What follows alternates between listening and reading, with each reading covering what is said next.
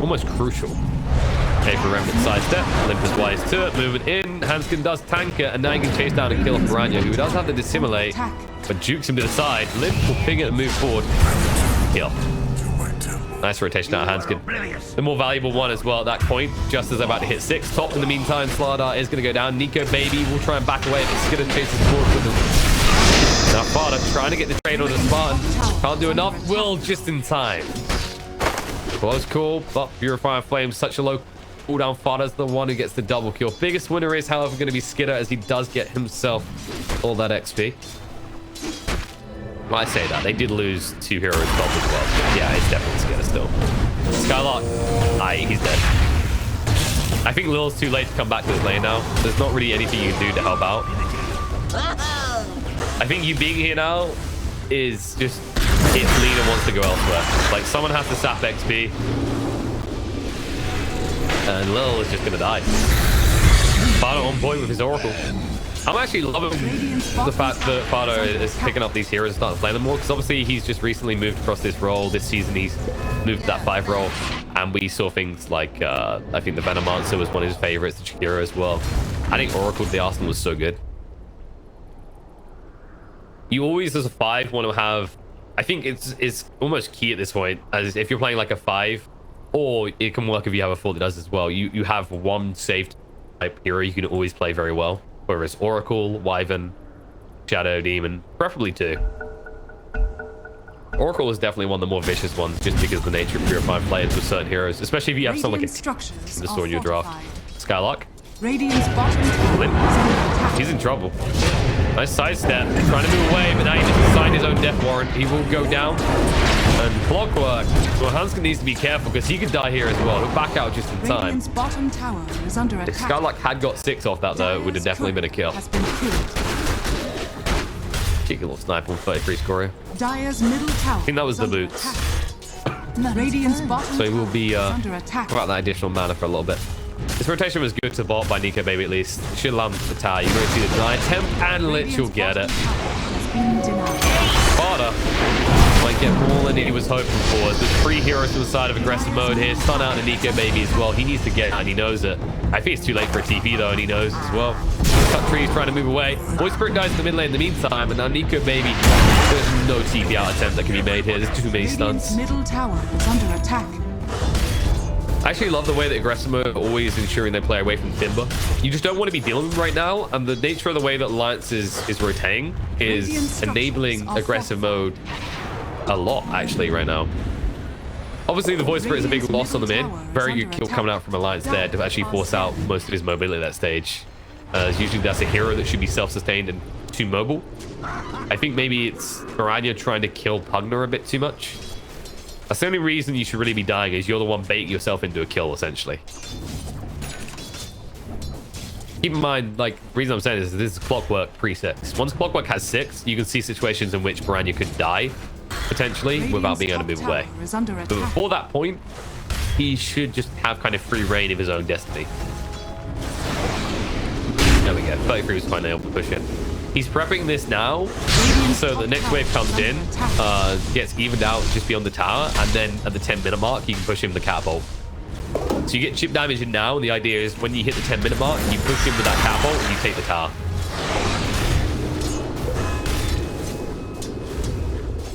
I do think it's important they get the XP for Lil, and that he lurks around here, because if he can get 6, they actually have the means to kill Timber, but they won't without the Corrosive Haze.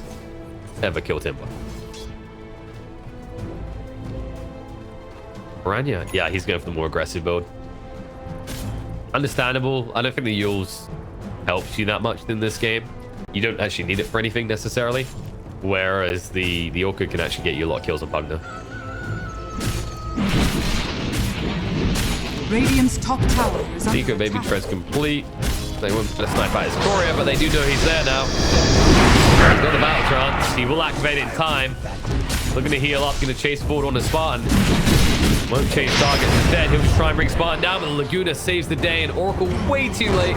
Was trying to move across. Not that it would have mattered much, as Sparta doesn't have 6 yet. At least dodge some of the magical damage, but the chase is on. Nathan Remnant does clip onto him. Clockwork trying to help. The root prone out into Lina. trying to give him the middle finger from beyond the grave, but Hanskin's not even 6 yet. So they won't find anything. They need to get 6 on these supports. For Alliance, it is a lot more important to pick off potential right now. And saves, right? When you have the Troll plus the Oracle, it's that double layer of save. At least Limp is still unkillable. He has a save for himself at all times. Here you go. Here's this catapult we were talking about. But yeah, the right hero came up. Piranha clears the wave, so 33 can't push it in. Is under attack. Bring it on.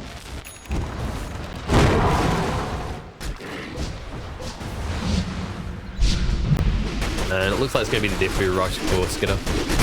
Wants to be involved a little bit sooner. I was wondering if he might just go for the Yashir and farm a bit more. But I think he sees an opportunity to be active maybe even quicker than Nika, maybe. So if Nika maybe goes to this Maelstrom build, I'm not sure I can totally agree be the only one active. Everything's 33, and there's the kill. Corrosive Haze, this is what we talking about. The moment you get your hands on that ultimate, that is the kill. Now 33, you can't feel safe anymore. Didn't get the tower either. Radiant's middle tower. And it's all about the way they read that, right? They let the wave push in on purpose. Baranian then comes up, clears it quickly. All the while, Lil is soaking in XP. And Lil, he keeps trying for this kill on the Limp. It's never likely to happen. I think you need 3, maybe 4 heroes to make that a kill. But the more important thing is, for those that haven't noticed yet, you've got a Pugner and a Timbersaw in your draft. You're 12 minutes into the game, and while you have almost killed 2 towers, you've only taken the easiest one. When you consider the rotations that got made, the shifts around the map, you would have thought the Limp would be able to get this tower by now. But it's the way that the side of aggressive mode have been interchanging their mid heroes. Right, so at one point, it's obviously the voice for it, he starts there. Then Lil shot for a little bit. Skylark is then, because he can't ever be bot, guarding mid at all times. Now it's just a question. Can aggressive mode, can they find a pick off and turn it into a tower? Because they see Timber again. They understand how many heroes they have to bring, but they can get the tower afterwards. It's 100% worth it. First it pays out. Stun, hook shot, trying to turn it around now. It's separate the fight a little bit. And now Timber, unleashed, can actually do some damage in return. Lil getting extremely low, going to push himself further away from his allies. Slithering Crush is a whip. Nice kill. Hanskin protected by the false promise. Barter with the quick fingers, and Skylark out of mana. Needs to move away. But I don't think he's quick enough. Stay on top of him. Stun on the 2 won't change anything. Quick response from Alliance punishes the aggression from aggressive mode. And all of a sudden, they'll be the ones picking the tower. They can finally get that push on. Radiant's top tower is falling. Question is, can they rotate mid? Incoming. Limp should probably move over there just to ensure that Skinner can't push in, and then to take that tier 1 there, because then you've reached your tier 1 goal and you've hit it before the 15-minute mark, which is the decent time for Alliance. You actually see the Limp is now sitting top of the net worth, going for that Aether. Grabs that and then straight into apparently another Aether. I think that's a mistake. Just being clicked twice there. Same time, Skylark is almost ready. He's got his Aether lens. He actually just needs to get the cast range talent now. Once he has that, he can just rock on. Just keep initiating for his team from long range without much threat. But in the meantime, he's fresh. Heals for 33, used aggressively instead of getting rid of the Corrosive Haze. See a kill. Indeed they do, because they just blow him up. And that's the combo. That's what we talk about, the Decrepify with Timber is... I think the word is filthy. Limp reverse draining his teammate, blowing into him. Just giving him all that juicy mana back. Actually another nice element. Means 33 didn't have to go for the Soul Ring. He got away with a double bracer, and they just, while the Yules is nice for mana, usually when you're thinking Timber, you're thinking Soul Ring because it's such a high value item. Dire's top tower is under attack. I think that's an issue for a lot of off lanes right now, is they would love to be able to justify Soul Ring due to many of them being strength heroes, but Timber is one of the few that just inherently can because it's so important for him to spam like crazy, and also he has so much regen. And a Royal Jelly. There you go, guys. That's what I'm talking about. That's the free extra neutralizer to carry. You're like a lone druid. Meanwhile, on the other side, Lol's going to go down. Hanskin with the hook shot again. Limp saved by the false promise. And Baranya now, he's no life drain for 5 seconds, but they don't need it. Baranya's just gone.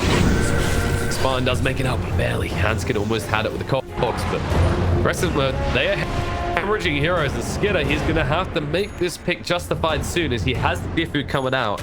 Aggressive mode should likely smoke up and make a move soon. Or Skidder could run in and just kill Fardo. He's trying. He will be able to in the end. As Hansgood says, I don't know you, mate. He's gone.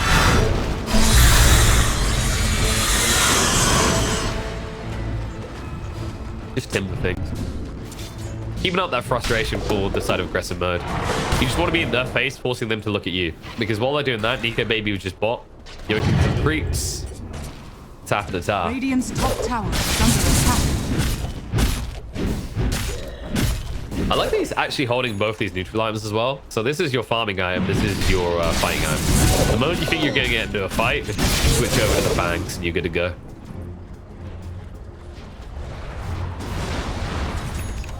I feel like I've seen too many players doing that with these type of heroes, especially like carries, where there's probably more justification between two items of that style. Don't get me wrong. Playthrough probably wishes he was the owner of the Vampire Fangs right now. Radiant Smoke. are scanning. Alliance are rapping on them here as well. Spartan might tank the brunt of this. Or they move past for a bigger kill. The scan just came out, so they know it's coming. This should just be an out for them. They're going to have the illusions push in, but Spartan will give his life. Chain Frost bounces a little bit, but not too much. I like that from Fardy. He's like, no, you can't take more damage, even though turning around to use the Fate's Edict is what causes the bounce to continue. But he saves his comrade from the damage. That's all that matters.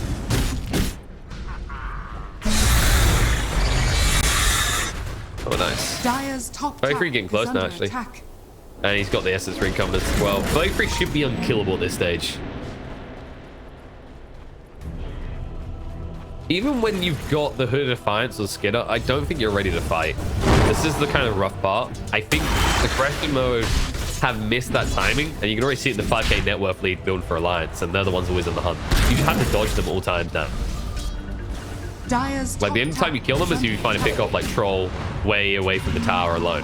But you can see the Troll, he understands his limits. He's always close enough to this tier 1 tower now. At this stage, if they try and jump him, there's a response. And instead, Alliance, they'll want to go deeper. The Skidder is wise to it and out. Handskin. He got sight of that. 33's going to chase in. Under attack.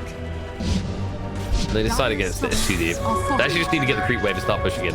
They're always looking for these pickoffs, but like the big advantage they have is they can just push a wave and take a tower very easily with the Pugner. But because like you miss on that kill and you're not shoving that lane, now the onus is on aggressive mode to go and make an aggressive move on the Nico Baby. Dire's top tower has been denied. And yeah, it's just mirror, mirror. I actually love the way that Lions kind of read this and chasing them across. Sabrania almost dies already. There's the false promise to get out of the stun, and Lil's been gone. Chase in, hook shots there. Lich gets caught, has got the Chain Frost. Might as well throw it out because he's dead anyway, but as against it goes down. And the tree line, they will get the other two out. But Timber's already shoving in the mid, so that's never going to come out. And now they can shove the tier 2 bot. Alliance just reading a textbook from the side of aggressive mode, mirroring the movement side to side on the map, knowing that they are still not ready to fight. Knowing that the only way that aggressive mode get these kills is if they find individual pickoffs again and again.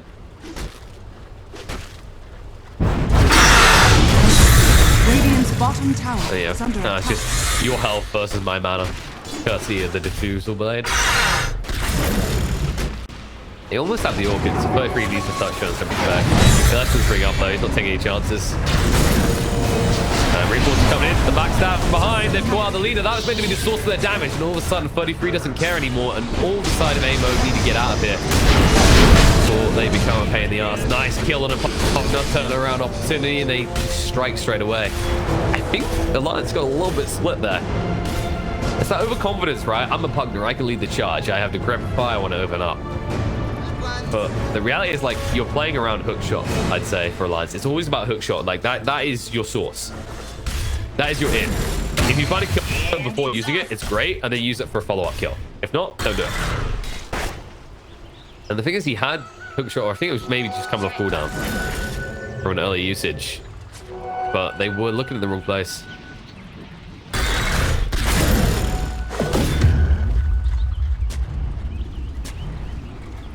A lot of Silver Fight will be pretty good in this game. Corrosive Haze, Laguna, Spirit Lancers, Sinister Gaze. There's actually so many spells, it makes it such a good item.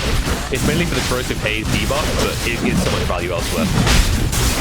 This is a very quick road.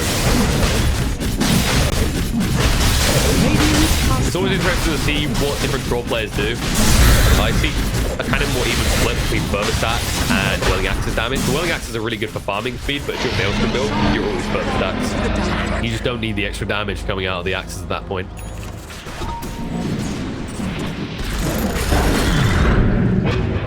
Okay, Sin on the Piranha. Cut out the trees, be able to move away. He's only got one step left, and the hook shot guess is wrong. They realized that afterwards, but that will enable him to push on the towers now because you have no steps to try and defend or go aggressive. They're low cooldown, but all it takes is 30 seconds for the side of Alliance to take the tower. You already see that Pugner's holding that arcane rune. He can just try and shove in this commit to top. This is where it always it's harder for aggressive mode to find a pick-off now, right? Like the window is gone. Now that they've got the Aegis, you can see Alliance is going to 5-man. And even if they hit both these towers, like the time to respawn is so small that Aura can always save. And aim mode, it's now or never. They're in your base, you have to fight it this time. This is the annoyance of a Timber Pugner combo. Not only do they burst your heroes, but when they reach your base, it's very Siobhan. One just tanks, the other just pokes. This guy's at the top. Now the jump in straight away, falls down the stun on Timber, and now Piranha goes so deep. Sun's up an Oracle, but they don't have the damage to kill 33. They just need to back up, which means they are going to be surrendering these racks. Shield will slow it down a little bit, but the blasts are eternal. With an arcane route still running, there is plenty of blasting to do. This is the best the Skit could do. He didn't even come to this fight. They're just trying to delay the push while he gets a bit of extra gold. He's still not ready to go. He still doesn't have the Manta.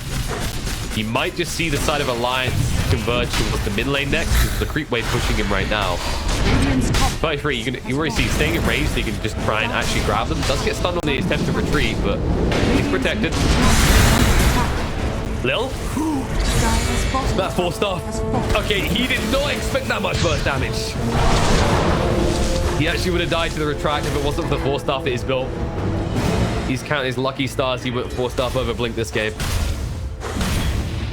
But Alliance, I mean, they're starting to make this look pretty cut and dry. You've got Phantom Lancer attempting the anti-mage effect, but farming nowhere near it quickly. And they just still don't have a solution to Timber. This is the problem. This is what we highlighted in the draft. They have no Spirit Vessel builder. And the Corrosive Haze has a window where it's effective, but afterwards, when the Lower Silver's there, when the Yules is there, you lose that impact. And sure, Yules is a free setup, but it was too hard to kill him, especially once he picked up the Essence Ring. And now you're at the stage where he doesn't even have to give you that setup because it's always Lois.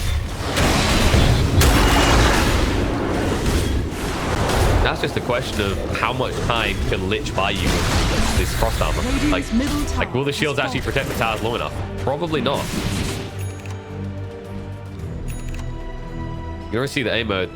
They're on the hunt. They have the level 2 hook shot. Also, they're actually going to be a lot more present.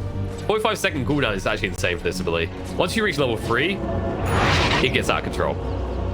I actually love the changes they made to Clockwork. I think the old Ags was kind of crazy, but also crazy in the wrong way because you just didn't have the mana to sustain. It was like not worth it unless it was an ultra late game, I might want to say. Whereas the nature of like the way this hook shot works now is it scales fairly. Nice hook shot in. Stop 33 from being blasted down. Now Lois can hit him up and he'll move away. I love that Panskin. He doesn't go for some sort of cute play where they try and grab a kill, right, through the stun lockdown. One, it's a Void Spirit, and two, it's more important that 33 lives. He's got so much net worth in him, you don't want to actually throw that gold you've invested away. I like that little ping. You didn't hit your creep. What the hell, Nico? He's going to hit towers pretty hard, though. He's got the DD. He won't use it just yet. They're going to wait out the frost shield. That's when you go. Sun control to 33. Chain cross everything with the light crit to keep him alive. And the false promise will allow him to stand his ground. That was last second clutch coming out from his team. So they do it. 33 will live. And he is full health and ready to party. Father doesn't care if he gets dragged in. He's done his duty. And he is feeling good about it. 33. Down to half mana. No. Along the regen way too fast. That's a lot to work with. So he'll go deeper. He's like, you want to fight? Optimus Prime mode activate. He'll take you all on, and it looks like he'll take Little down. But they ain't leaving. This should be where they just take more of the base. It's actually unbelievable just how quickly this Vladar is dying. We're so used to seeing this tanky front liner that bullies people. But this is the problem. This is the problem for Vladar. Is you're playing this kind of pump mentality style where if I'm a 4 and I snowball out of control and I stomp and it's like an uneven game, I'll be great. When you're just a 4, you have good and bad games. And things like Shaker will still have huge impact. Things like Vladar in a lineup that doesn't have a double minus factor, they kind of pull off hard.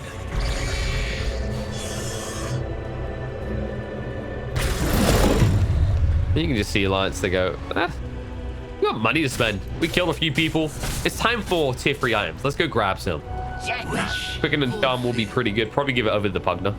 Although there is temptation to keep the Keen Optic. And now he has got what I like to call the last hit stick. Are under attack. There you go. Best item in the game for last hitting heroes. And yeah, just for the Bloodstone for 33. Tank up more, make yourself unkillable. You've got a team that actually clutch save you every time, so you're not even that scared of all the nuke potential. Even when Skylark does have this Aghanim Scepter. I do like that Skylark's done this over, say, a 4-star for a Yules, though. I think the problem isn't surviving enough, it's simply killing. And 33 is going to force him to try and kill him, but good luck. Essence Ring, everything, Chain Frost, jump in, strand of Pug, it's gone. That's the target. Don't go for the Timber, go for what enables him. And now you can chase Timber afterwards. I don't know if you want him like this, though. Hook shot in. Can trap them about. 33 is going to nuke a lot of them down. Oracle coming to assist as well. 33 needs that false promise saying we'll get it, and they change over to Fado instead, who has the Ghost Scepter. That'll get 33 out, but this aggression, questionable when you don't have your Troll or your Pugner. Nico Baby was still farming. Turns out he decided to go back towards the Battle Fury. I mean, if you were going to call him out the greenest son of a gun, this would probably be it, right? You've got your Mjolnir, and now you're going for a Battle Fury. All right, bud. So, one farming item for every fighting item. That's what we're doing here. Jump in, 33. Forced up, get him away. Well, Brentwood drags him in, taking too much damage, and he should be brought down as close, but no cigar. Jules finds himself in time. They've actually lost the voice for another turnaround opportunity. Lil's going to be brought down. Nico Baby finally shows up with that BKB and gets big impact. And on the side, Spawn, a lowly Lich, killed off by the superior undead of Pugner. Hanskin will chase down and keep eyes on Skidder. He has no mana left to burn. He doesn't care too much, but Skidder will. As reinforcements are coming in. More so for the side of Alliance than the side of aggressive mode. Life Drain is there. Laguna, but Limp does not give a damn. Stomp comes out from Centaur to try and help out Skylark, but he hasn't got the life to sustain anymore. It's going to be a team wipe. Aggressive mode lose everyone. Once again, they live up to the name, but then they take it a step too far. And Alliance, they're going to instantly punish this. Limp TPs to the bot lane with the boots of travel, forces out one buyback and the glyph. And it isn't going to be enough, because you can already see the mid lane is pushing in, and Nico Baby's on his way back to the bot. The line's kind of like a... Anyone there? Hello? Your base? Needs a little bit of help. Silence. On the Nico Baby. Has got the BKB, yeah. He needs some protection. They've got the false promise in 10. This arm's good enough to protect him. Slardar has to run away because 33 is frontline again. Lose control. Lil... A moment of silence for the dead. Rania needs to back away as well. Buyback comes out from Slardar, but that's another lane gone. They haven't really got much left in the chamber. They only have one buyback left, and it's on Lich. And Alliance, they're just making this look cut and dry. Do they get a casualties? Hell no.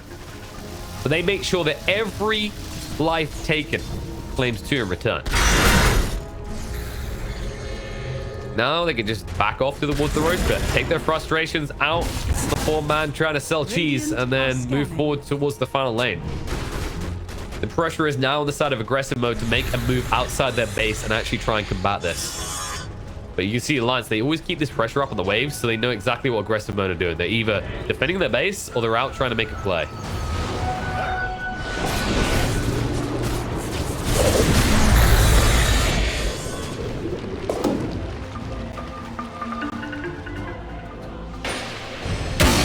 Also, Glock just hit 15. You use targets, actually. are scanning. You have to kill Limp at the start of these fights, but the problem is if Bardo's waiting, he could always force him to save. They're really horrible. Same as always. Troll, he's Troll, BKB, but there's false promise, and he activates Battle Chase on in. Hands gets stuck on the side, Comes in too, and now the reinforcements are coming to assist him. Buyback comes out from Lich after dying, but Lil trying to get out. He won't be able to. Dagon's going to kill him off. He will die alongside the Pop-Punk buys back, but he already used the hook shot as the problem. Oracle is now dead. Okay, so the Nico main. Forced to fight with the working axes will be able to do so. Now trying to save him with the stun, but it's not going to be good enough. No, they turn, they fight. Void Spirit goes down. PL as well. Nico baby is nigh on unkillable. The GG gets pulled. Close, but no cigars. Alliance take game one. Nico baby proving to us why Troll Ward Oracle just become totally unkillable. And it looked good for, I'd say, a second when they threw out that Light Strike array.